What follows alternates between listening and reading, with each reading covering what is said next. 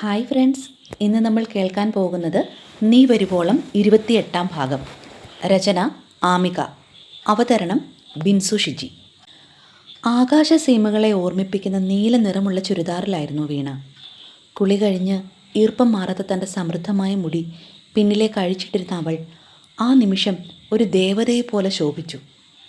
മുഖത്തെ നിഷ്കളങ്കമായ പുഞ്ചിരിയോടെ താഴേക്ക് ഇറങ്ങിച്ചെന്ന് അവൾ കണ്ടത് തന്നെ തന്നെ വിസ്മയത്തോടെ നോക്കി നിൽക്കുന്ന ഒരു കൂട്ടം മനുഷ്യരെയാണ്. അവളെ കണ്ട നിമിഷം മേഴ്സിയുടെ ഉള്ളിലെ മാതൃത്വം അണപൊട്ടി ഒഴുകി. ലോകം മറന്ന് അവർ ഓടിച്ചെന്ന് വീണയെ കെട്ടിപ്പിടിച്ചു. പിന്നാലെ വാക്കുകൾ കിട്ടാതെ പകച്ചുപോയ സണ്ണിയും അരികിലേക്ക് വന്നു. മേഴ്സി അവളെ മാറോട് ചേർത്ത് ആർത്ത് കരയുകയായിരുന്നു. പതിറ്റാണ്ടുകളായി തങ്ങൾ താലോലിച്ച ആ മോളൂട്ടി ഇതാ തങ്ങളുടെ മുന്നിൽ. ആ ആലിംഗനത്തിൽ അവരുടെ വർഷങ്ങളായുള്ള വേദന മുഴുവൻ അലിഞ്ഞു ചേർന്നു. പെട്ടെന്നുണ്ടായ ഈ സംഭവത്തിൽ വീണ വിറങ്ങലിച്ചു പോയി. അപരിചിതയായ ഒരു സ്ത്രീ തന്നെ കെട്ടിപ്പിടിച്ച് ഇത്രമേൽ വിതുമ്പുന്നത് കണ്ടപ്പോൾ അവൾ പരിഭ്രമത്തോടെ അവരെ പതുക്കെ തള്ളി മാറ്റി. ചുറ്റും നടക്കുന്നത് എന്താണെന്ന് മനസ്സിലാകാതെ അവൾ ശ്യാമിനെ ചോദ്യഭാവത്തിൽ നോക്കി.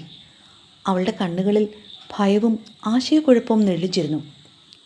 അപ്പോഴേക്കും ജോസഫ് അച്ഛൻ ഇടപെട്ടു.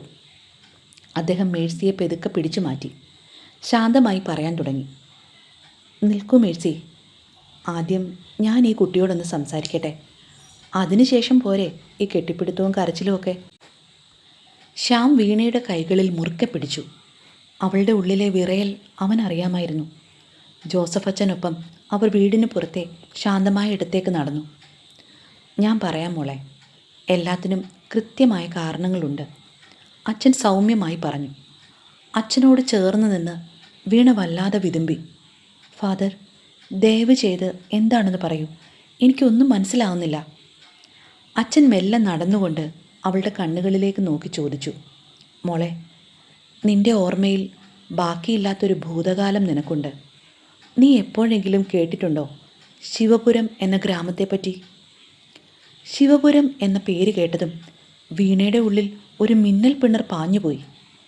അവൾ പെട്ടെന്ന് ശ്യാമിനെ നോക്കി. അവളുടെ ശബ്ദത്തിൽ പരിഭവം നിറഞ്ഞു. ശ്യാമേ, നിന്നോട് ഞാൻ എത്രയോ തവണ പറഞ്ഞിട്ടുണ്ട്, കുഞ്ഞുങ്ങൾ ഉണ്ടായതിനു ശേഷം ഒരിക്കലെങ്കിലും ശിവപുരത്ത് പോകണമെന്ന്. അവിടെ എനിക്ക് ആരൊക്കെയോ ഉണ്ടെന്ന് എൻ്റെ മനസ്സ് എപ്പോഴും പറയുന്നുണ്ടായിരുന്നു. നീ എന്നെ ഇതുവരെ അവിടെ കൊണ്ടുപോയില്ലല്ലോ. അവളുടെ വാക്കുകളിലെ സത്യം ശ്യാമിൻ്റെ നെഞ്ചു പൊളിച്ചു. എന്നാൽ ജോസഫ് അച്ഛൻ അവളെ പെതുക്കെ തടഞ്ഞു. ചോദ്യം ചെയ്യലൊക്കെ പിന്നീടാകാം മോളെ. ഇപ്പോൾ ഞാൻ പറയാൻ പോകുന്ന കാര്യങ്ങൾ നീ അതീവ ശ്രദ്ധയോടെ കേൾക്കുക. ജോസഫ് അച്ഛൻ പെതുക്കെ നടന്ന് വീണയുടെ തോളിൽ കൈവച്ചു. അദ്ദേഹത്തിൻ്റെ ശബ്ദത്തിന് ഒരു കടലിൻ്റെ ഗാംഭീര്യമുണ്ടായിരുന്നു. മോളെ വീണ, ഞാൻ പറയാൻ പോകുന്ന കാര്യങ്ങൾ പെട്ടെന്ന് ഉൾക്കൊള്ളാൻ നിനക്ക് സാധിച്ചു എന്ന് വരില്ല. എങ്കിലും നീ അതറിഞ്ഞേ പറ്റൂ. നീ അറിയാത്ത നിൻ്റെ ഓർമ്മകളിൽ നിന്നുപോലും മാഞ്ഞുപോയ നിൻ്റെ ഭൂതകാലം അതിനിയെങ്കിലും നീ തിരിച്ചറിയണം.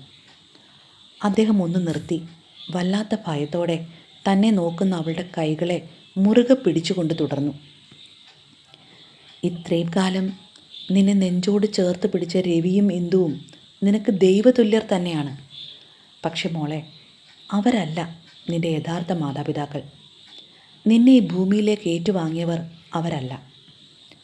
ജോസഫ് അച്ഛൻ പറഞ്ഞു നിർത്തിയപ്പോൾ വീണയുടെ ലോകം നിശ്ചലമായി.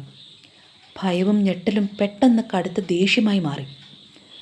വിറയ്ക്കുന്ന കൈകളോടെ അച്ഛൻ്റെ കുപ്പായത്തിൽ പിടിച്ചു കുലുക്കി അവൾ അലറി.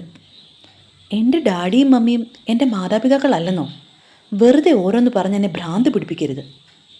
അവളുടെ കോപത്തിന് മുന്നിൽ പതറാതെ അച്ഛൻ പറഞ്ഞു. മോളെ വീണ, നീ എത്രയൊക്കെ നിഷേധിച്ചാലും അതാണ് സത്യം. യാഥാർത്ഥ്യത്തിൽ നിന്ന് നിനക്ക് ഒളിച്ചോടാൻ കഴിയില്ല. ആ വാക്കുകൾക്ക് മുൻപിൽ വീണ വല്ലാതെ തളർന്നുപോയി. രക്ഷയ്ക്കെന്നോണം അവൾ ശ്യാമിൻ്റെ കൈകളിൽ മുറുകെ പിടിച്ചു. അല്പനേരം പകച്ചു നിന്നിട്ട് കണ്ണീരോടെ വിതുമ്പുന്ന സ്വരത്തിൽ അവൾ ചോദിച്ചു, അപ്പോൾ എൻ്റെ അച്ഛനും അമ്മയും? അച്ഛൻ പെതുക്കെ വീടിനുള്ളിലേക്ക് വിരൽ ചൂണ്ടി. മോളെ, അകത്ത് നിനക്കായി വിങ്ങിപ്പൊട്ടി കാത്തിരിക്കുന്ന ആ സണ്ണിയും മേഴ്സിയുമാണ് നിന്റെ ജന്മം നൽകിയ മാതാപിതാക്കൾ. വർഷങ്ങൾക്ക് മുൻപ് ശിവപുരത്തെ പള്ളിപ്പെരുന്നാളിനിടെ നിന്നെ നഷ്ടപ്പെട്ട അന്ന് മുതൽ മരിച്ചു ജീവിക്കുകയായിരുന്നു ആ പാവങ്ങൾ. അച്ഛൻ വാക്കുകൾ പൂർണ്ണമാക്കും മുൻപേ ഒരു നിലവിളിയോടെ വീണ അകത്തേക്കോടി. അമ്മേ എന്ന ആ വിളി പതിറ്റാണ്ടുകൾക്ക് ശേഷം ആ മുറിയിൽ മുഴങ്ങിക്കേട്ടു. അവൾ അവരെ കെട്ടിപ്പിടിച്ച് ആർത്ത് കരഞ്ഞു. അവളുടെ ആ പെരുമാറ്റത്തിൽ നിന്ന് ആ പഴയ ഓർമ്മകൾ അവളുടെ മനസ്സിൻ്റെ ഏതോ കോണിൽ മായാതെ കിടപ്പുണ്ടായിരുന്നുവെന്ന് എല്ലാവർക്കും മനസ്സിലായി. പിന്നീട് അങ്ങോട്ട് ജോസഫ് അച്ഛൻ്റെ ഓരോ ചോദ്യങ്ങൾക്കും വീണ വിതുമ്പലോടെ ഉത്തരം നൽകി. പള്ളിപ്പെരുന്നാളിന് കൈവിട്ടുപോയ ആ കൊച്ചു പെൺകുട്ടിക്ക് സംഭവിച്ചതെല്ലാം അവൾ ഓർത്തെടുത്തു. പഴനിയിൽ വെച്ച് രവിശങ്കറുടെ കാറിൽ കയറുന്നത് വരെയുള്ള കാര്യങ്ങൾ അവളൊരു തേങ്ങലോടെ വിവരിച്ചു. ബാക്കി അവളുടെ ജീവിതത്തിൽ സംഭവിച്ചതും ശ്യാം എങ്ങനെയാണ് അവളെ തിരിച്ചറിഞ്ഞതും എന്നൊക്കെയുള്ള സത്യങ്ങൾ ശ്യാം തന്നെ എല്ലാവർക്കും മുൻപിൽ വെളിപ്പെടുത്തി. അപ്പോഴാണ് വീണ ഒരു വലിയ സത്യം തിരിച്ചറിഞ്ഞത്. തൻ്റെ ജന്മരഹസ്യങ്ങളെല്ലാം അറിഞ്ഞു വെച്ചുകൊണ്ടാണ് ശ്യാം തന്നെ ജീവിത പങ്കാളിയാക്കിയതെന്ന വലിയ സത്യത്തിന് മുൻപിൽ അവൾ ഒരു നിമിഷം പകച്ചുപോയി. അവളുടെ കണ്ണുകൾ നന്ദിയോടെയും സ്നേഹത്തോടെയും ശ്യാമിനെ തിരഞ്ഞു. അതുവരെ ഒരു മൂലയിൽ നിശബ്ദയായി ഇരുന്നിരുന്ന മറിയാമ്മ ചേട്ടത്തി പെതുക്കെ മെഴ്സിയുടെ അടുത്ത് ചെന്നു. മെഴ്സി, എന്നെ ഓർമ്മയുണ്ടോ? അവർ വിതുമ്പലോടെ ചോദിച്ചു. മെഴ്സി മുഖം ഉയർത്തി നോക്കി. എവിടെയോ കണ്ടു മറന്ന ആ മുഖം. മറിയാമ്മച്ചി. തിരിച്ചറിവിൻ്റെ ഓർമ്മകൾ ഉള്ളിലേക്ക് വന്നപ്പോൾ മേഴ്സിയുടെ ചുണ്ടുകൾ വിതുമ്പി. സണ്ണിയുടെ അമ്മയുടെ പ്രിയ സുഹൃത്തായിരുന്നു മറിയാമ്മ ചേട്ടത്തി. വർഷങ്ങൾക്ക് മുൻപ് ആ നാട്ടിൽ നിന്നും പോന്നതിന് ശേഷം അവർ പിന്നീട് അങ്ങോട്ട് പോയിരുന്നില്ല. അതുകൊണ്ട് തന്നെ ഈ ദുരന്തങ്ങളൊന്നും അവരറിഞ്ഞിരുന്നില്ല. അവർ തമ്മിലുള്ള സംഭാഷണം കേട്ടുനിന്ന ശ്യാമിൻ്റെ ഉള്ളിൽ പെട്ടെന്നൊരു മിന്നൽ പിണർ പാഞ്ഞുപോയി. പണ്ടൊരിക്കൽ താൻ ശിവപുരത്തെപ്പറ്റി പറഞ്ഞ് വീണയോട് ദേഷ്യപ്പെട്ടപ്പോൾ മറിയാമ്മ ചേട്ടത്തി പറഞ്ഞ വാക്കുകൾ അവൻ്റെ മനസ്സിലേക്ക് ഓടി വന്നു. അന്ന് സണ്ണിച്ചായൻ്റെ കുടുംബത്തെപ്പറ്റി ചേട്ടത്തി വാതോരാതെ പറഞ്ഞിരുന്നതാണ്. എന്നാലും അന്ന് മറിയാമ്മ ചേട്ടത്തി പറഞ്ഞ ആ വാക്കുകൾ താൻ എന്തുകൊണ്ട് പിന്നീട് ഒരിക്കലും ഓർത്തില്ല? ആ നാടിനെപ്പറ്റി അന്വേഷിച്ച് ഭ്രാന്തമായി അലഞ്ഞു നടന്നപ്പോഴും ആ ചിന്ത തൻ്റെ മനസ്സിലേക്ക് വന്നില്ലല്ലോ എന്നോർത്തപ്പോൾ ശ്യാമിന് വല്ലാത്തൊരു ഞെട്ടൽ തോന്നി.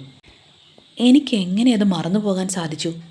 ഇത്രയും എളുപ്പമായിരുന്ന ഒരു കാര്യത്തെയാണ് താൻ ഇത്രയേറെ കുഴപ്പം പിടിച്ചതാക്കി മാറ്റിയത്. എന്തിനു വേണ്ടിയായിരുന്നു? അവൻ സ്വയം ചോദിച്ചു. പിന്നീടുള്ള മണിക്കൂറുകൾ ആ വീട്ടിൽ ഉത്സവമായിരുന്നു. തൻ്റെ മാതാപിതാക്കൾക്കായി വീണ അടുക്കളയിൽ സ്വന്തം കൈകൾ കൊണ്ട് വിഭവങ്ങൾ ഒരുക്കാനുള്ള തിരക്കിലായിരുന്നു. മറിയാമ്മ ചേട്ടത്തിയും മേഴ്സിയും അവളെ സഹായിച്ചു. മകളെ വീണ്ടും നഷ്ടപ്പെടുമോ എന്ന ഭയത്താലാവണം സണ്ണി അടുക്കള വാതിൽക്കൽ തന്നെ കാവൽ നിന്നു. മാതാപിതാക്കൾക്ക് ഭക്ഷണം വിളമ്പുമ്പോൾ വീണയുടെ കണ്ണുകൾ നിറഞ്ഞു. വർഷങ്ങളുടെ വിരഹത്തിനൊടുവിൽ ആ കുടുംബം ഒന്നായിരിക്കുന്നു. അവർ വാരിക്കൊടുക്കുന്ന ആഹാരം കഴിക്കുമ്പോൾ വീണയുടെ ഹൃദയം നിറയുകയായിരുന്നു. സന്തോഷം കൊണ്ട് സണ്ണിക്കും മേഴ്സിക്കും ഒന്നും കഴിക്കാൻ കഴിഞ്ഞില്ലെങ്കിലും അവരുടെ മനസ്സ് സന്തോഷത്താൽ നിറഞ്ഞു കവിഞ്ഞിരുന്നു. അത്താഴത്തിന് ശേഷം ജോസഫ് അച്ഛൻ യാത്രയ്ക്കൊരുങ്ങി. മോനെ, ഞാൻ അടുത്തുള്ള പള്ളിയിലേക്ക് പോവുകയാണ്. എനിക്ക് നാളെ തന്നെ ശിവപുരത്തേക്ക് തിരിക്കണം. അവിടെ പള്ളിയിൽ ഒരുപാട് കാര്യങ്ങൾ ബാക്കിയുണ്ട്. അത് കേട്ടപ്പോൾ സണ്ണി ആകുലതയോടെ പറഞ്ഞു. അച്ചോ, ഞങ്ങൾക്ക് എത്രയും പെട്ടെന്ന് ശിവപുരത്തെത്തണം. എൻ്റെ അപ്പനോട് എനിക്ക് എൻ്റെ മോളെ കിട്ടിയ കാര്യം പറയണം. നെഞ്ചുപൊട്ടി മരിച്ച ആ മനുഷ്യൻ മണ്ണിലെങ്കിലും ഇനി നീറിപ്പുകയരുത്. അച്ഛൻ സണ്ണിയുടെ തോളിൽ തട്ടി ആശ്വസിപ്പിച്ചു.